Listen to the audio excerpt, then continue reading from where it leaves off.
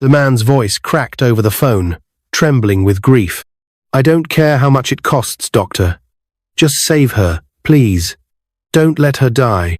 He stood beside a gleaming black Bentley parked outside Modern Care Hospital in Lagos. His name was Mr. Jonathan Okafor, one of Nigeria's wealthiest CEOs, feared by competitors, respected in business circles, and admired by many. But at that moment, none of that mattered. His world was falling apart. Inside that hospital, on the 4th floor, his wife Monica was fighting for her life. Strong, beautiful, his best friend for over 10 years. She had collapsed the night before while they were watching a movie in their mansion. No warning, no illness.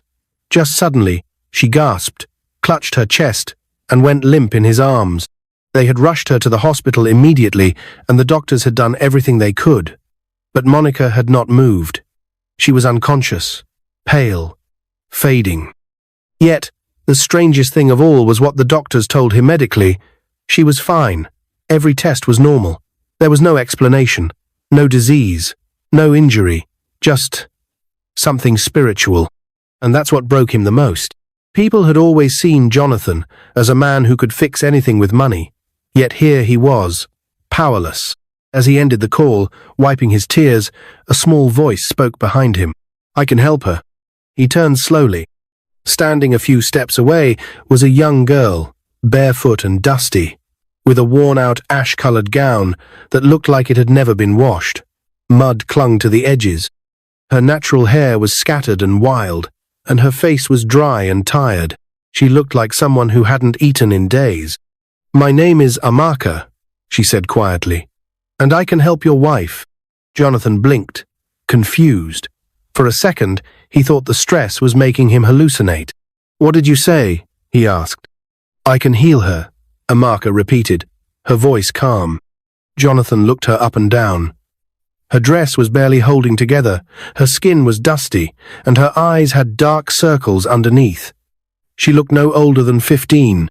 "This is not the time for jokes," he said, his tone sharper now. "I'm not in the mood for games. Please leave before security sees you." But she didn't move. Instead, she looked into his eyes and said something that made him freeze.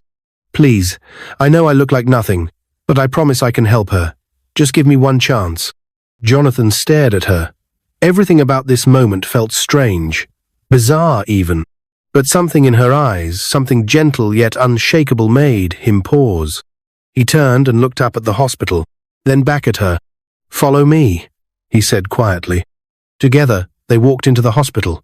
The security guard at the entrance looked stunned but said nothing. The receptionist raised her brows. A nurse nearly dropped her tablet. No one could understand why the billionaire was walking into the private emergency wing with a homeless girl beside him. Inside the VIP ward, Monica lay motionless. Oxygen mask strapped to her nose, a soft beep echoing from the heart monitor beside her. Her hands were still, her lips pale. Her chest barely moved. Several doctors and nurses were standing nearby, whispering urgently among themselves. When Jonathan and Amaka walked in, they turned instantly. "Sir, who is this?" a senior doctor asked. "She says she can help," Jonathan replied softly. The doctors exchanged uncomfortable glances. "Sir, with all due respect, this is a hospital. This isn't the time for—" "I said," Jonathan cut in, "let her." Silence. Amaka stepped forward slowly. She didn't speak to Monica. She didn't touch her. She simply walked to the side of the bed and knelt down. Everyone watched. Her hands came together gently, her eyes closed, and then she began to pray, not out loud, but in silence. Her lips moved slightly, but no one could hear the words. The room was still. So still, it felt like time had stopped. For almost 2 minutes, nothing happened. Then, Monica's fingers twitched. A nurse gasped. The heart monitor beeped faster. Then Monica coughed weakly at first, then again, a little stronger. Her eyelids fluttered, and then slowly, she opened her eyes. Where am I?" she whispered. The room erupted in shock. One nurse dropped her clipboard. A junior doctor stepped backward in disbelief. The senior doctor rubbed his eyes like he couldn't trust what he was seeing. Jonathan rushed to her side, tears streaming down his face. "Monica, Monica, can you see me?" he asked, gripping her hand. Monica blinked slowly and nodded. "Yes, yes, I can." She turned her head, her gaze landing gently on Amaka. "I heard someone praying," she whispered, "and I followed the voice." Everyone in the room turned to the girl, still kneeling. Jonathan walked up to her slowly. He knelt down beside her. "Who are you?" he asked, overwhelmed. "Are you an angel? What just happened?" Amaka shook her head slowly. "I don't know. I just prayed." Jonathan looked at her, this broken, barefoot girl who had saved the woman he loved more than life itself. "You're not going back to the street," he said softly. "Not ever again." He stood and called out to his driver, "Take her to the house. Prepare a room, a clean room." Amaka didn't smile. She didn't cry. She simply nodded and followed them out, quietly, because deep inside her, she had known this moment would come. She had always believed her gift would one day make a difference, even though no one else had. She didn't know how or when, but she believed. And now, everything was beginning to change. What she didn't know was that her story, her real story, was only just beginning, because the man who ruined her past was still out there, and fate was just getting started. The mansion was quiet that night. Amaka sat at the edge of a soft bed, staring at her own reflection for the first time in years. The room smelled of lavender and fresh sheets. A white towel, a new pair of slippers, and a soft pink gown lay neatly beside her. On the wall was a painting of doves in flight, and on the marble floor sat a small tray of hot jollof rice with fried plantains and chicken. She hadn't touched it. Her eyes weren't used to such peace. Her body wasn't used to softness, and her Hertha heart still lived under the Oshodi underbridge. The knock on the door was soft. When it opened, Monica stepped in. She looked better. Her face had color again. Her voice was warm. "I thought you might want someone to eat with," she said gently. Amaka nodded, blinking quickly to hide her tears. They sat on the bed together. "Thank you," Monica said. "I don't know how or why, but I believe you were sent to save me. And maybe, just maybe, I was saved to save you too." Amaka looked down at her hands. "You don't know my story," she whispered. "Then tell me," Monica said. "I want to hear it." And so, Amaka began to speak. It happened 3 years ago. She was only 12 when the accident stole her family. A bright Sunday morning. Her mother had packed food for the journey. Her father wore his best native attire. Her twin siblings, Chidi and Chioma, giggled in the back seat of the car. They were all heading to Uncle Obena's. Village's son was getting married. But Amaka had begged them not to go. She had dreamed about it, for 3 nights in a row. In her dream, their car crashed against a fallen truck along the highway. The same truck she later saw in real life, parked outside the mechanic shop a few streets from their house. "I saw it," she told her parents. "I saw what's coming. Please don't go." But her father had laughed. "Amaka, you and your strange dreams again?" Her mother kissed her forehead. "You watch too many movies." And so, they left. Only Amaka stayed behind, crying on the front steps. 2 hours later, a neighbor ran in, screaming. There had been a crash, a truck, her family's car. Everyone inside gone. Only Amaka survived, because she had stayed home. But what should have been a miracle became a curse. By the time of the burial, the whispers had already started. She didn't go with them. Not a scratch on her. Maybe. She planned it. At the graveside, her uncles and aunties gathered like vultures. Uncle Abena stood front and center. He pointed his finger at her. "This child is evil," he said, loud and firm. She warned them not to go. "How did she know about the accident? Is she God?" The pastor tried to speak, but no one let him. "She's a witch," Auntie Ngozi cried. "She caused it. She took them so she could inherit everything." People began to nod. The native doctor in the village, known for spreading fear, and lies backed them up. He said Amaka's aura was dark, that she had the mark of destruction on her palm, that she would kill again if left alone. "She must be stripped and cast out," they shouted. That same day, they dragged her from her home, tore her clothes, and threw her books into the fire. They didn't let her attend the burial of her parents. They didn't even let her say goodbye. They said I should die too, Amaka whispered, her voice breaking. But I didn't. I wandered for days, and somehow I ended up under the Oshodi Bridge. Monica's eyes were wide with tears. No child deserves that, she said. Amaka sniffed. I used to be called brilliant. I wanted to be a pilot. I loved the sky. But all that disappeared the day they branded me evil. She hesitated before adding, but I kept praying. It was all I had left. My gift, it doesn't come with lightning or magic. It's just quiet. I pray, and things happen. Monica reached out and held her hand tightly. We believe you, Amaka, she said. I believe you, and we're going to give you your sky back. That night, Jonathan made a call. By morning, Amaka had a new wardrobe, a warm breakfast waiting, and a private tutor to begin helping her prepare for the aviation entrance exam. Each day, she studied harder than anyone expected. Each night, she whispered prayers of thanks. But something else was happening in the mansion. Monica started throwing up in the mornings. She felt dizzy, tired, and unusually emotional. At first, they thought it was stress. But one afternoon, while Jonathan was at work, Monica took a pregnancy test. It came out positive. She sat in the bathroom, staring at the result with shaking hands. 10 years. 10 years of trying. 10 years of doctor visits, tears, and empty hope. And now, she was pregnant. That evening, Jonathan came home to find Monica crying on the floor of their bedroom, holding the test strip. I'm pregnant, she whispered. Jonathan dropped his briefcase and collapsed beside her, tears falling fast. He held her close, their joy filling every corner of that house. Then Monica said, Call Amaka. When Amaka entered the room, Jonathan looked at her the way a father looks at a miracle child. You didn't just save my wife, he said, voice shaking. You gave us a child. You brought light back into this home. Amaka stood frozen. Her eyes filled slowly with tears. That same night, another miracle happened. An email arrived. Amaka had passed her aviation entrance exam. She had been admitted to the Nigerian Aviation School in Lagos. She stood on the balcony that night, staring at the stars. Once, she had nothing. Now, the sky didn't seem so far anymore.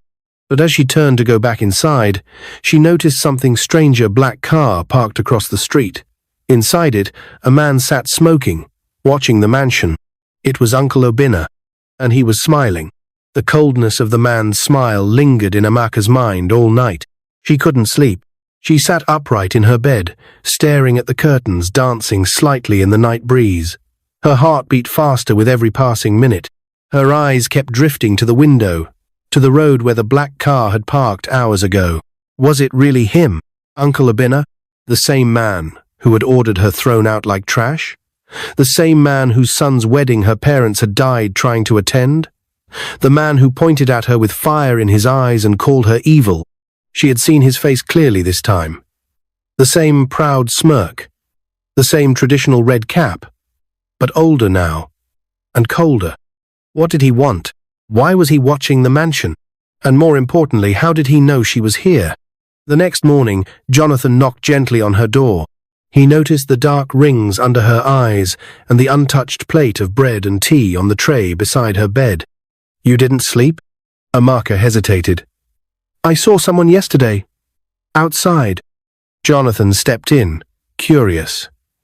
Who? She took a deep breath. A man. I think it was my uncle. Jonathan's face changed, calm at first, then serious. Abena? She nodded. Did he talk to you? No. He just sat there, smoking, watching this house. Jonathan stood still for a moment, then walked toward the window. He stared into the street beyond the estate's gates, as if trying to see the ghost she described. I'll double the security, he said. No one will hurt you again, Amaka. I promise. But Amaka wasn't afraid of being hurt. She was afraid of something else. That Uncle Abena had found her not just to scare her, but to silence her. Because now, Amaka remembered something even more terrifying.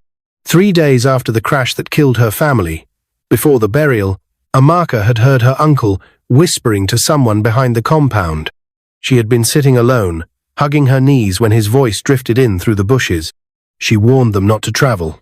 That girl sees things. If we don't act now, she'll start talking. Another voicerough and husky had replied, "Then get rid of her. She's just a child. Who'll believe her?"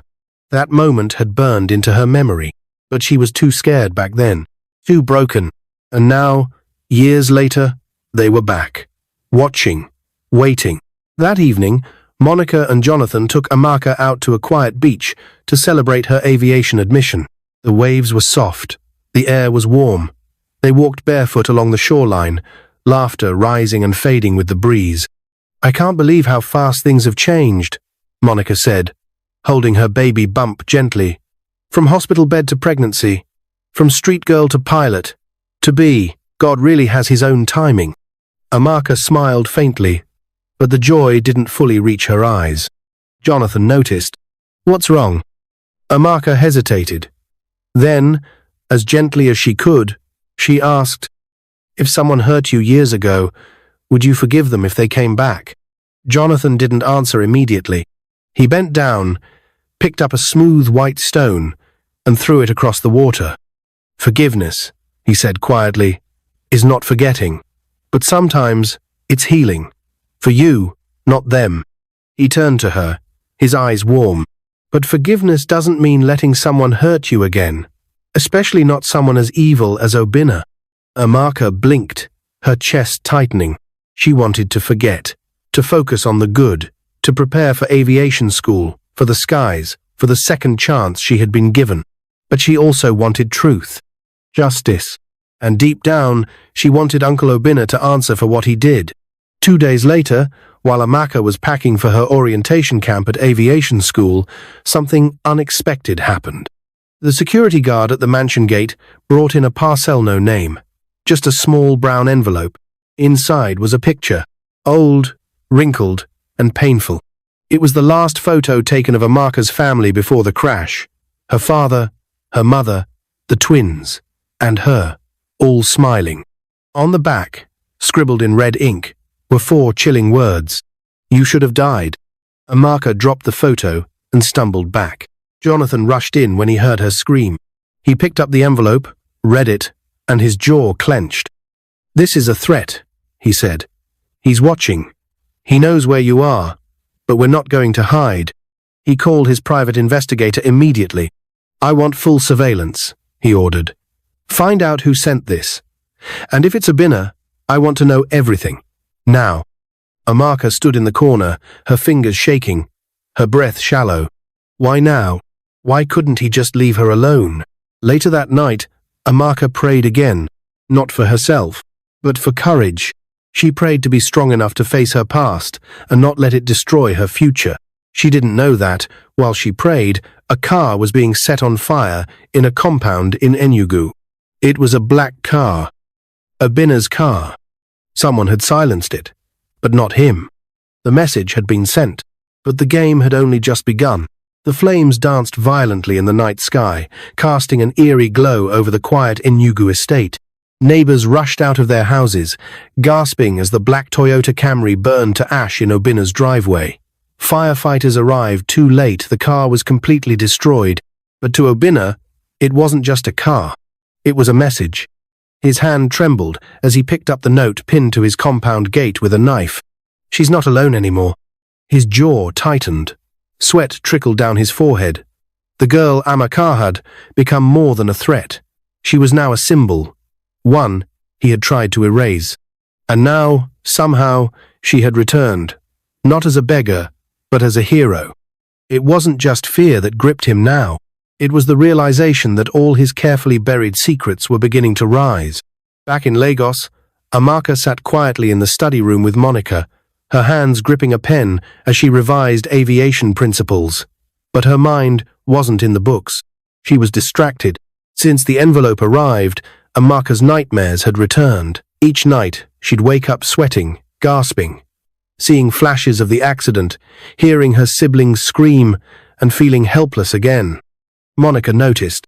"You're not sleeping well. she said gently, handing her a cup of warm milk. Amaka smiled faintly. I keep remembering things. The accident. The fire.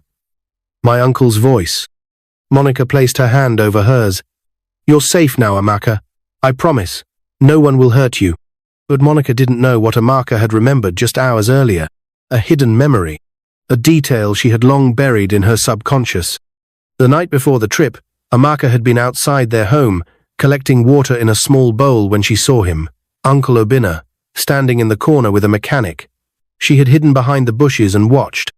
He handed the man an envelope, then pointed at their family's car. The brakes, Abena whispered. Make it look like an accident. The mechanic hesitated. That's risky. You'll be paid more than you've ever made. Just do your job. They leave early tomorrow. That moment rushed back into Amaka's mind like a lightning strike. Her breath caught in her throat. Her uncle didn't just accuse her. He orchestrated the accident. Jonathan walked in that evening, holding a small flash drive. He looked serious. My investigator sent this, he said, sitting down. You need to see it. He inserted it into the TV. The screen came to life with grainy footages of Valence from a local phone repair shop near Oshodi Bridge, dated just 2 weeks ago. In the video, Abena, wearing a cap and sunglasses, pacing in front of the hospital gate, watching Monica being wheeled in, watching Amaka approach Jonathan. He was there that day, Jonathan said. Watching you. Amaka's stomach twisted. He knew I had the gift, and he didn't want anyone to know. He's afraid I'll expose him. Jonathan's voice dropped to a whisper. Then it's time we do. The next morning, they visited the police station. Jonathan handed over the surveillance footage, the threatening envelope, and Amaka's testimony. But the officer in charge raised his hand. We'll need more. These are clues, not convictions. Amaka stood tall. I'll get more, she said, her voice steady. 3 days later, she returned to her village with Jonathan by her side, the same village that once called her a witch, the same village where they stripped her of her name, her childhood, and her dignity. She walked past the same churchyard, past the same burnt books, past the same house that used to be hers, and she stood before the native doctor's shrine. I want to see him, she told the villagers. They looked confused. The girl they chased out is back? Someone whispered. Amaka ignored them. Inside the shrine, the old native doctor squinted when he saw her. I remember you, he muttered. The girl with dreams. You told lies about me, she said. You said I was evil. The old man grunted. I only say what I'm paid to say. Jonathan stepped forward. Who paid you? The native doctor hesitated, then sighed. Abena. Why? Amaka asked. The man chuckled bitterly. Because you saw the future, and that frightened him. He thought you'd expose him. So he made you the villain. Amaka felt something heavy lift from her chest. She turned to Jonathan. That's the proof. Back in Lagos, Monica clutched her baby bump and wept when she heard what happened. You did it, Amaka, she said. You stood up to everything they used to crush you. But Amaka wasn't smiling. She still had one thing left to do. The day of the court hearing came fast. Abena had been arrested quietly, with no warning. The evidence had been compiled, the surveillance footage, the native doctor's confession, and the voice recording Amaka made when Abena confronted her at the gate a few nights before. He didn't know she was recording. Now, the whole world would hear it. Amaka walked into the courtroom with calm steps. The judge stared at her, impressed. So young, yet so strong, he said. Are you ready to testify? Amaka nodded. She stood, lifted her chin, and told the truth, the full truth, about her dreams, about her family, about the pain, and about the second chance she got. The courtroom was silent. Monica held Grace tightly, tears running down her cheeks. Jonathan sat in the front row, watching the girl he once doubted. Now, a warrior in her own right. By the end of that week, the case was national news. Orphan girl exposes uncle who killed family for property. Jonathan received hundreds of calls offering scholarships, endorsements, even a documentary deal. But Amaka wasn't interested in fame. She just wanted peace. And when the court sentenced Abena to life in prison, she finally got it. That evening, they held a small dinner in the mansion. It wasn't about the trial or the news coverage. It was about Amaka. Jonathan raised his glass. To the girl who once had nothing and gave us everything. Everyone clapped. Amaka smiled, but just as she was about to speak, someone walked into the room. A tall young man in a black suit. He looked straight at Amaka and said, "I'm Andrew. I've heard your story, and I think we're about to write a new one together." Amaka froze, surprised. Then she smiled shyly, because this was the beginning of something she never expected. The sun poured through the tall windows of the aviation school auditorium as the national anthem played softly in the background. Rows of white uniforms filled the hall, polished shoes shining, heads held high. The graduates of Nigeria's top aviation program sat ready, waiting for their names to be called. Among them sat Amaka, her cap tilted slightly, her cheeks glowing. Today wasn't just graduation, it was victory. She wasn't the girl in the worn-out ash gown anymore. She wasn't the witch child, abandoned under Oshodi Bridge. She wasn't the homeless orphan hiding her face from judgment. Today, she was Nigeria's youngest licensed pilot. From the crowd, Jonathan, dressed in his signature navy blue agbada, and Monica, radiant in a green lace gown with baby Grace on her lap, watched with pride. Monica wiped a tear from her eye, whispering softly, "That's our daughter." As Amaka's name echoed across the hall, applause thundered. She walked to the stage gracefully, saluted, and received not just her diploma but 2 awards. Best Overall Pilot, Trainee and Student of the Year. Her eyes searched for the 2 people who had given her back her wings. Jonathan raised Grace's tiny hand and waved. Amaka smiled. That night, a celebration was held in the Okafor mansion. Lights twinkled. Guests filled the lawn. Music played softly under the stars. But the highlight of the night came during dinner. Amaka, now in a sky-blue gown, with her braids neatly tucked back, stood in front of the microphone. She took a slow breath. "I never thought I'd see this day," she began, her voice clear but emotional. "I never imagined I'd stand here dressed like this, speaking to people who believe in me. There was a time I couldn't even dream." The crowd grew silent. I was called names, thrown away, blamed for things I didn't do. I slept on cold ground, ate from garbage bins, and watched people cross the road to avoid me, all because no one believed in a girl who survived when others didn't. She paused, her hands trembling slightly. "But today, I am not a survivor, I am a testimony.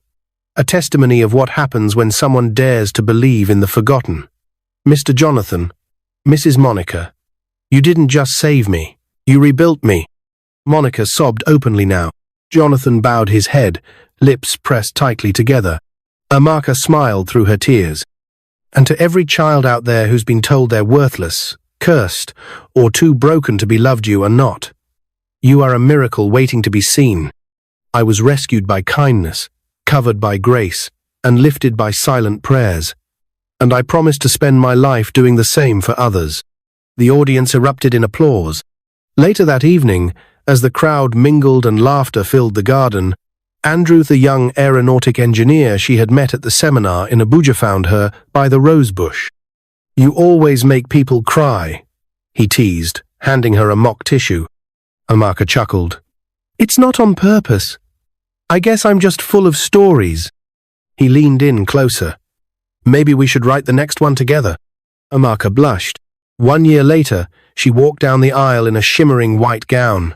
The room was filled with people who had once doubted her, now standing in awe. But it was Jonathan, her adopted father, who held her hand and whispered before leading her in, "You once asked me if forgiveness is possible. Today, I forgive myself for almost walking away from you that day. Because saying yes to you gave me everything I didn't even know I needed." Amaka smiled, holding back tears.